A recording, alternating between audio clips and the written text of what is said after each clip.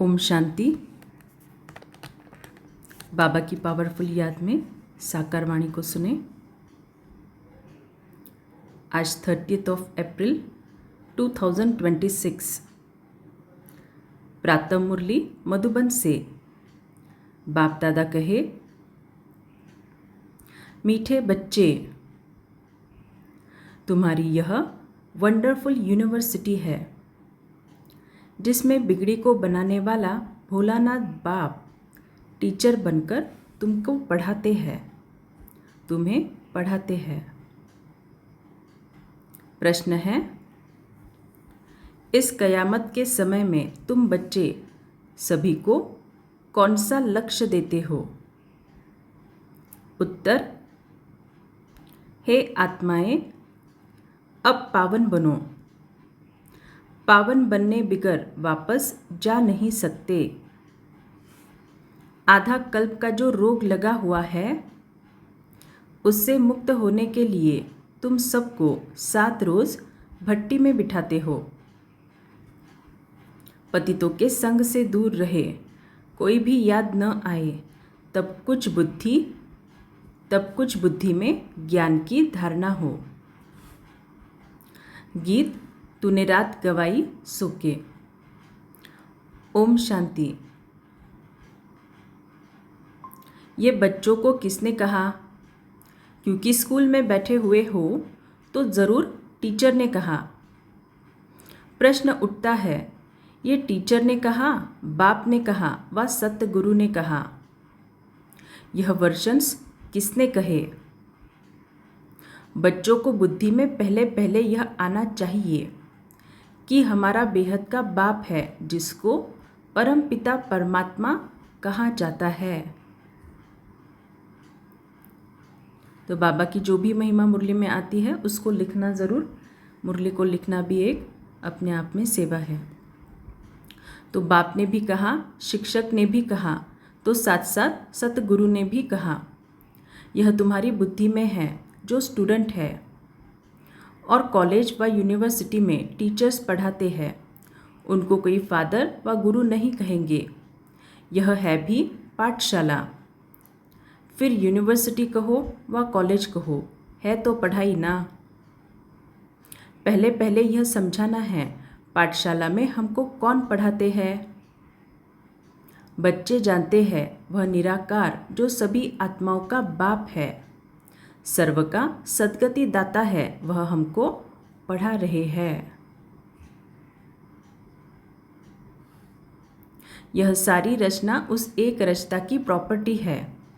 तो खुद ही बैठ रचना के आदि मध्य अंत का राज समझाते हैं। तुम बच्चों ने जन्म लिया है बाप के पास। तुम बुद्धि से जानते हो हम सभी आत्माओं का वह बाप है जिसको ज्ञान का सागर नॉलेजफुल कहा जाता है। ज्ञान का सागर है, पतित पावन है। ज्ञान से ही सद्गति होती है। मनुष्य पतित से पावन बनते हैं। तो योग में जब हम बैठते हैं, बाबा की शक्तियाँ खुद में भरते हैं, तब आत्मा पवित्र बन जाती है, आत्मा से खाद निकल जाती है। तो वो पवित्र आत्मा जब इस ज्ञान को धारण करती है, ज्ञान का प्रैक्टिकल स्वरूप बनती है, तो इस ज्ञान से उस आत्मा की सद्गति होती है और पतित से पावन बनती है। अब तुम बच्चे यहाँ बैठे हो और कोई स्कूल में किसको बुद्धि में नहीं रहता कि हमको ज्ञान का सागर निराकार बाप पढ़ा रहे हैं। यह यहाँ ही तुम जानते हो, तुमको ही समझाया जाता है। खास भारत और आम सारी दुनिया में ऐसे कोई भी नहीं समझेंगे कि हमको निराकार परमात्मा पढ़ाते हैं। उनको पढ़ाने वाले हैं ही मनुष्य टीचर। फिर ऐसा भी ज्ञान नहीं है जो समझे हम आत्मा हैं। आत्मा ही पढ़ती है, आत्मा ही सब कुछ करती है।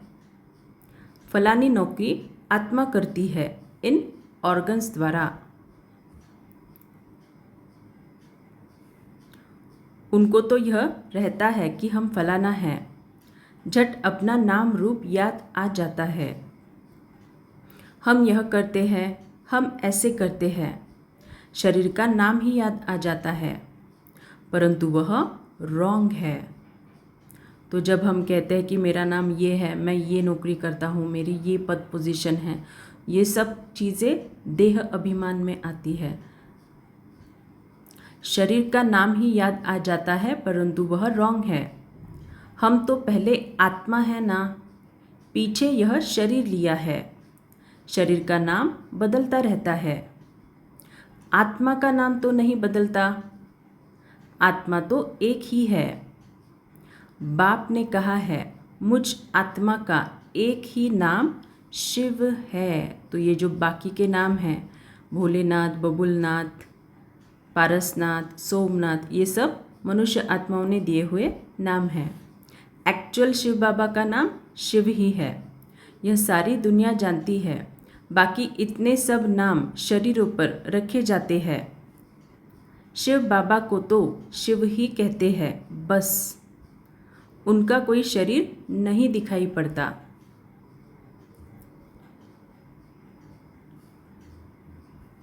मनुष्य के ऊपर नाम पड़ता है, मैं फलाना हूँ, हमको फलाना टीचर पढ़ा रहे हैं, नाम लेंगे ना। वास्तव में आत्मा शरीर के द्वारा टीचर का काम करती है, उनकी आत्मा को पढ़ाती है। संस्कार आत्मा में होते हैं, ऑर्गन्स द्वारा पढ़ाती है, पार्ट बजाती है, संस्कार अनुसार। परंतु देह पर नाम जो पड़े हैं, उस पर सारे धंधे आदि चलते हैं। यहाँ तुम बच्चे जानते हो, हमको निराकार बाप पढ़ाते हैं। तुम्हारी बुद्धि कहाँ चली गई? हम आत्मा उस बाप के बने हैं। आत्मा समझती है निराकार फादर हमको आकर इस साकार द्वारा पढ़ाते हैं। तो 1 मिनट के लिए परमधाम में मन मनाभव हो जाए। परमधाम में शिव बाबा,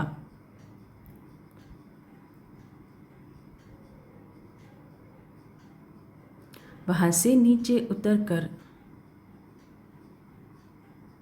पांडव भवन में अवतरित होते हैं, ब्रह्मा बाबा की ब्रिकुटी में, हिस्ट्री हॉल में।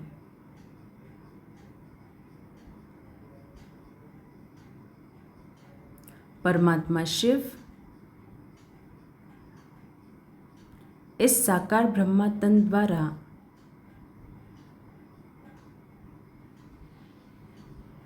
ये सत्य ज्ञान, सत्य गीता ज्ञान हम सभी ब्राह्मण आत्माओं को पढ़ा रहे हैं।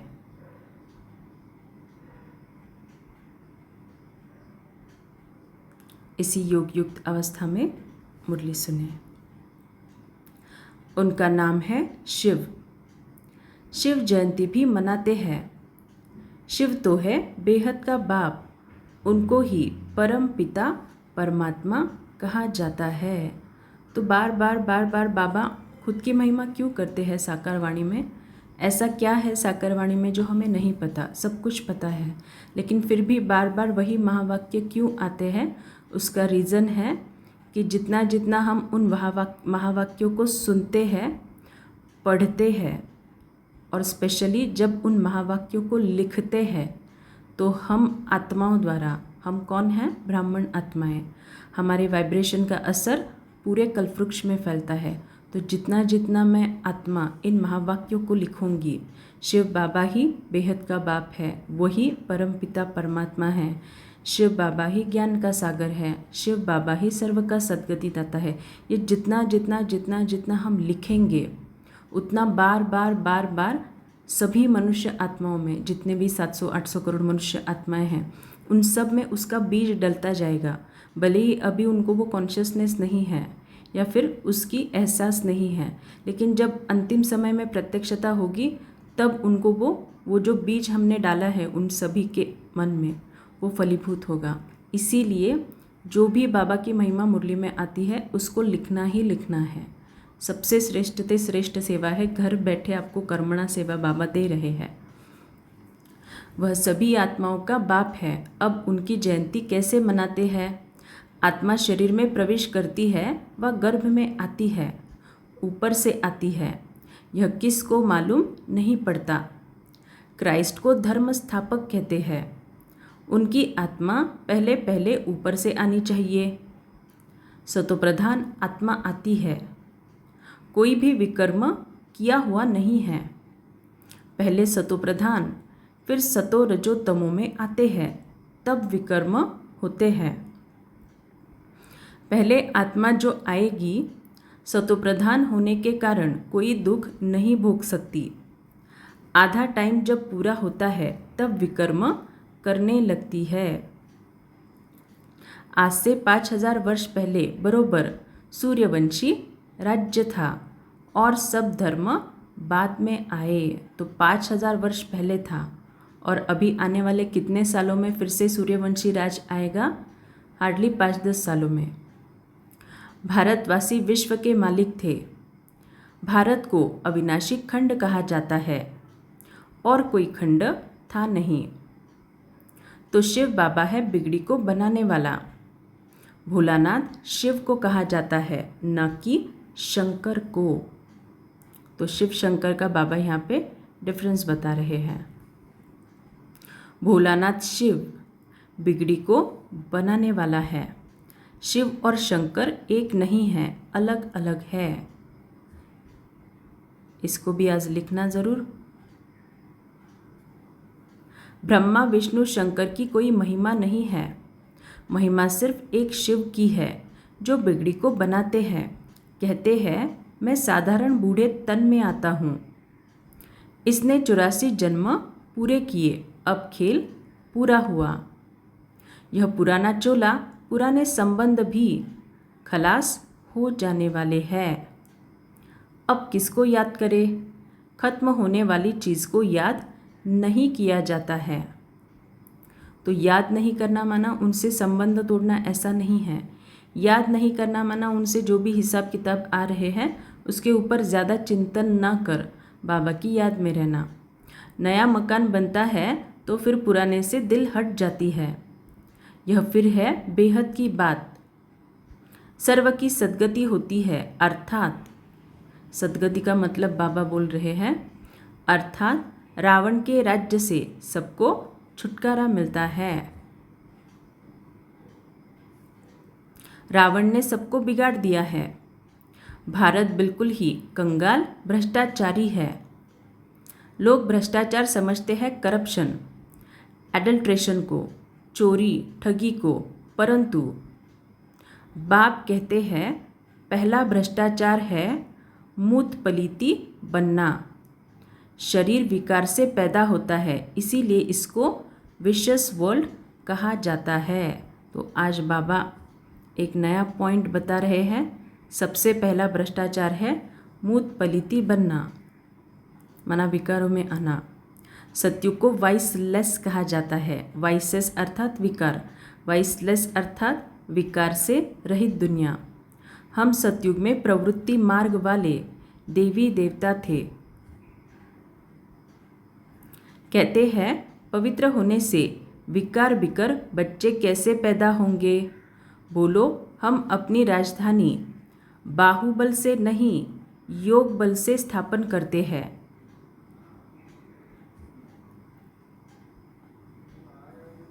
तो क्या योग बल से बच्चे नहीं पैदा हो सकते? जबकि है ही वाइसलेस वर्ल्ड, पवित्र गृहस्थ आश्रम। यथा राजा रानी संपूर्ण निर्विकारी तथा प्रजा, यहाँ है संपूर्ण विकारी। सतयुग में विकार होते नहीं, उसको कहा जाता है ईश्वरीय राज्य। ईश्वर बाप का स्थापन किया हुआ। अभी तो है रावण राज्य। शिव बाबा की पूजा होती है जिसने स्वर्ग स्थापन किया। रावण जिसने नरक बनाया उसको जलाते आते हैं। द्वापर कब शुरू हुआ यह किसको पता नहीं है, यह भी समझ की बात है। यह है ही तमो प्रधान आसुरी दुनिया, वह है ईश्वरीय दुनिया। उसको स्वर्ग दैवी पावन दुनिया कहा जाता है। यह है नर्क पतित दुनिया। यह बातें भी समझेंगे वही जो रोज़ पढ़ेंगे। बहुत कहते हैं फलानी जगह स्कूल थोड़े ही है, अरे हेड ऑफिस तो है ना, तुम आकर डायरेक्शन ले जाओ, बड़ी बात तो है नहीं। सृष्टि चक्र को सेकंड में समझाया जाता है। सतयुग त्रेता पास्ट हो गया, फिर द्वापर कलयुग यह भी पास्ट हुआ, अभी है संगम युग। नई दुनिया में जाने के लिए पढ़ना है, हर एक का हक है पढ़ना। बाबा हम नौकरी करते हैं, अच्छा एक हफ्ता ज्ञान ले फिर चले जाना, मुरली मिलती रहेगी। पहले 7 रोज़ भट्टी में ज़रूर रहना है, भल 7 रोज़ आएंगे परंतु सबकी बुद्धि एक जैसी नहीं रहेगी। 7 रोज़ भट्टी माना कोई की भी याद न आए, कोई से पत्र व्यवहार आदि भी न हो, सब एक जैसा तो समझ नहीं सकते। तो जैसे मैंने स्टार्टिंग में बताया था, शुरुआतों के दिनों में 7 रोज़ की भट्टी के लिए सभी सेंटर जाके ही रहते थे, तो तब की बात बाबा बता रहे हैं। सब एक जैसा तो समझ नहीं सकते।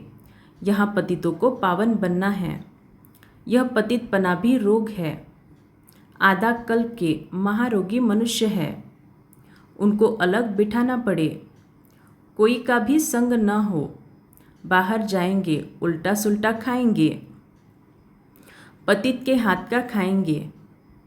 सतयुग में देवताएं पावन है ना, उनके लिए देखो खास मंदिर बनते हैं, देवताओं को फिर पतित छू न सके।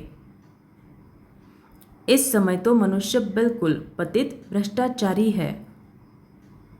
शरीर विष से पैदा होता है, इसीलिए इनको भ्रष्टाचारी कहा जाता है। तो भ्रष्टाचार की आज बाबा नई नई डेफिनेशंस दे रहे हैं। सन्यासियों का भी शरीर विष से बना हुआ है। बाप कहते हैं पहले पहले आत्मा को पवित्र होना है, फिर शरीर भी पवित्र चाहिए, इसीलिए पुराने इम्प्योर शरीर सब विनाश हो जाने हैं। तो पहले पहले आत्मा को पवित्र होना है। तो पवित्रता का यथार्थ अर्थ है मनसा वाचा कर्मणा संपूर्ण पवित्रता। सिर्फ ब्रह्मचारी नहीं बल्कि ब्रह्मचारी भी।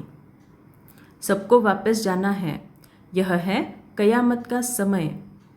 सबको पवित्र बन वापस जाना है। तो पवित्र बन वापस जाना है माना एक तो बीकेज जो ज्ञान योग करके, ज्ञान के बल से और योग के बल से हिसाब किताब को चुकतू करके पवित्र बनते हैं। फिर दूसरा जो बाबा के डायरेक्ट बच्चे नहीं हैं, माना जो ज्ञान में नहीं चलने वाले, वो लोग कैसे पवित्र बनेंगे। एक तो उनको जो भी उनके कर्म है उसकी सज़ाएं कड़ी से कड़ी मिलेगी, और अंतिम समय जब महाविनाश का सीन होगा तब कुछ ही मिनट्स में, कुछ ही सेकंड में उस महाविनाश के कारण उनकी आत्मा को इतना दर्द होगा, इतना दुख होगा कि उन कुछ सेकंड्स में ही उस अति से अति दुख दर्द में उनके सभी हिसाब किताब चुकतू होकर फिर आत्मा पवित्र बन ऊपर उड़ जाएगी। तो पवित्र बनना माना सभी हिसाब किताब चुकतू हो, आत्मा इस शरीर से मुक्त। भारत में होलिका मनाते हैं। यह 5 तत्वों के शरीर तमो प्रधान है। सतयुग में शरीर भी सतो प्रधान होते हैं। श्री कृष्ण का चित्र है ना, नरक को लात मारना होता है क्योंकि सतयुग में जाना है। मुर्दे को भी जब शमशान में ले जाते हैं तो पहले मुंह शहर तरफ, पैर शमशान तरफ करते हैं। फिर जब शमशान के अंदर घुसते हैं तो मुंह शमशान तरफ कर देते हैं। अभी तुम स्वर्ग में जाते हो तो तुम्हारा मुंह उस तरफ है। शांतिधाम और सुखधाम पैर दुखधाम तरफ है। वह तो मुर्दे की बात है, यहाँ तो पुरुषार्थ करना होता है। स्वीट होम को याद करते करते तुम आत्माएं स्वीट होम में चली जाएगी। इसीलिए दिन भर में बार बार 1 मिनट पावरफुल कंबाइंड स्वरूप परम धाम में, ताकि स्वीट होम भी याद आ जाए और बाबा भी याद रहे। यह है बुद्धि की प्रैक्टिस। यह बाप बैठ सब राज समझाते हैं, तुम जानते हो। अभी हम आत्माओं को जाना है घर। यह पुराना चोला पुरानी दुनिया है। नाटक पूरा हुआ माना 84 जन्म पार्ट बजाया।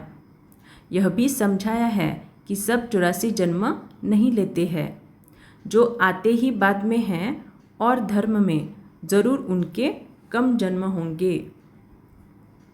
इस्लामी से बौद्धियों का कम, क्रिश्चियन का उनसे भी कम। गुरु नानक के सिख लोग आए ही अभी है। गुरु नानक को 500 वर्ष हुआ तो वह थोड़े ही 84 जन्म लेंगे। हिसाब किया जाता है 5000 वर्ष में इतने जन्म, तो 500 वर्ष में कितने जन्म हुए होंगे? 12-13 जन्म। क्राइस्ट के 2000 वर्ष होंगे तो उनके कितने जन्म होंगे? आधा से भी कम हो जाएंगे। हिसाब है ना। इसमें कोई कितने एक्यूरेट नहीं कह सकते। इन बातों में डिबेट करने में जास्ती टाइम वेस्ट नहीं करना है। तुम्हारा काम है बाप को याद करना। फालतू बातों में बुद्धि नहीं जानी चाहिए। बाप से योग लगाना, चक्र को जानना है।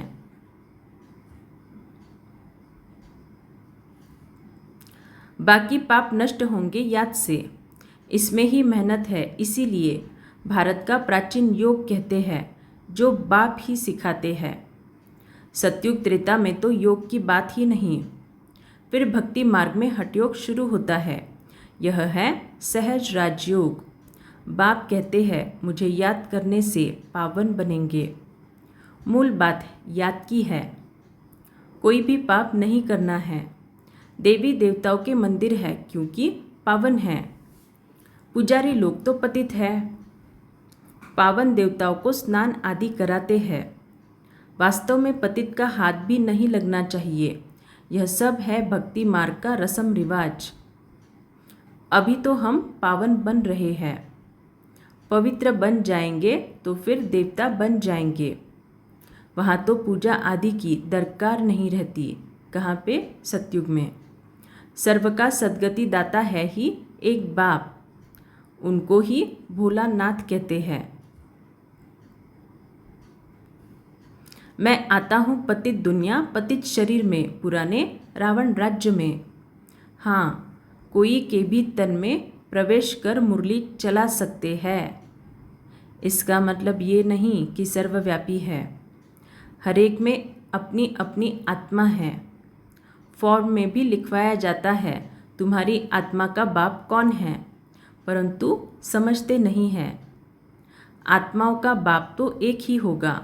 हम सब ब्रदर्स हैं। फादर एक है, उनसे वर्षा मिलता है जीवन मुक्ति का।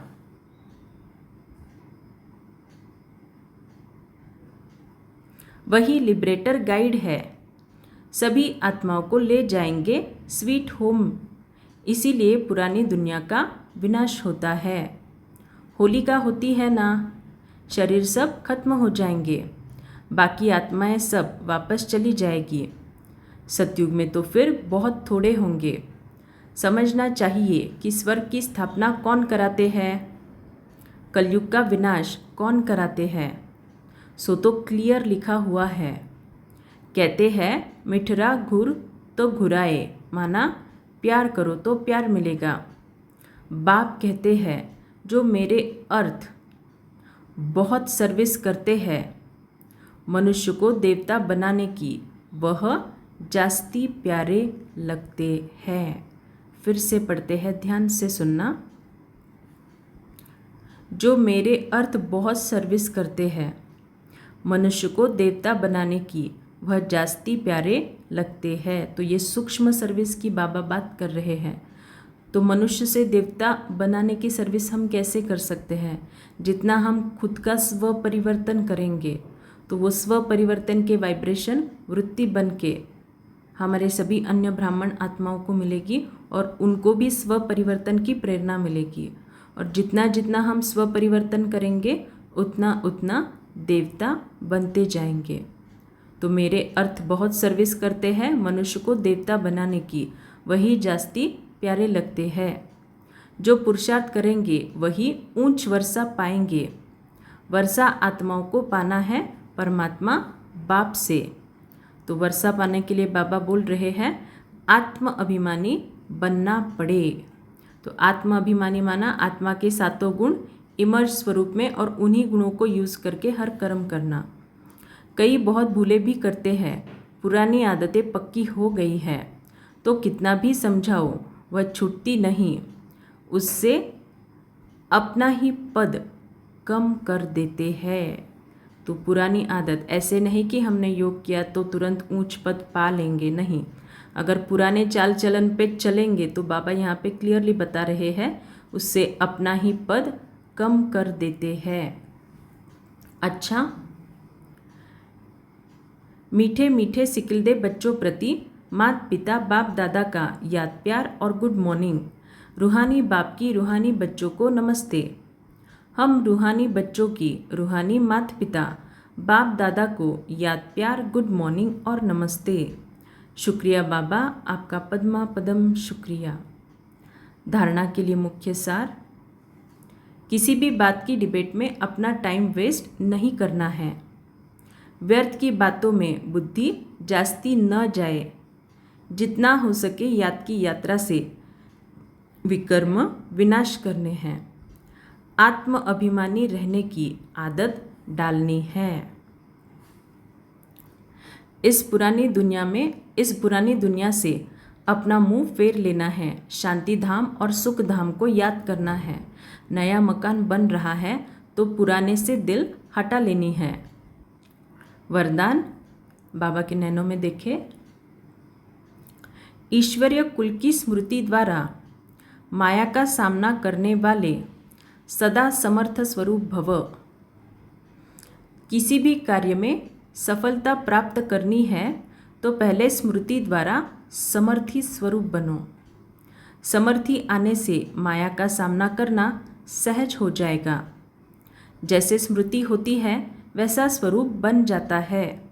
इसीलिए सदा पावरफुल स्मृति रहे कि जब तक यह ईश्वरीय जन्म है तब तक हर सेकंड, हर संकल्प, हर कार्य ईश्वरीय सेवा पर हूँ। हमारा यह ईश्वरीय कुल है। यह स्मृति की सीट सर्व कमजोरियों को समाप्त कर देगी। स्लोगन, सत्य समय प्रमाण स्वयं सिद्ध होता है, उसे सिद्ध करने की आवश्यकता नहीं है। अच्छा, ओम शांति। अव्यक्त इशारा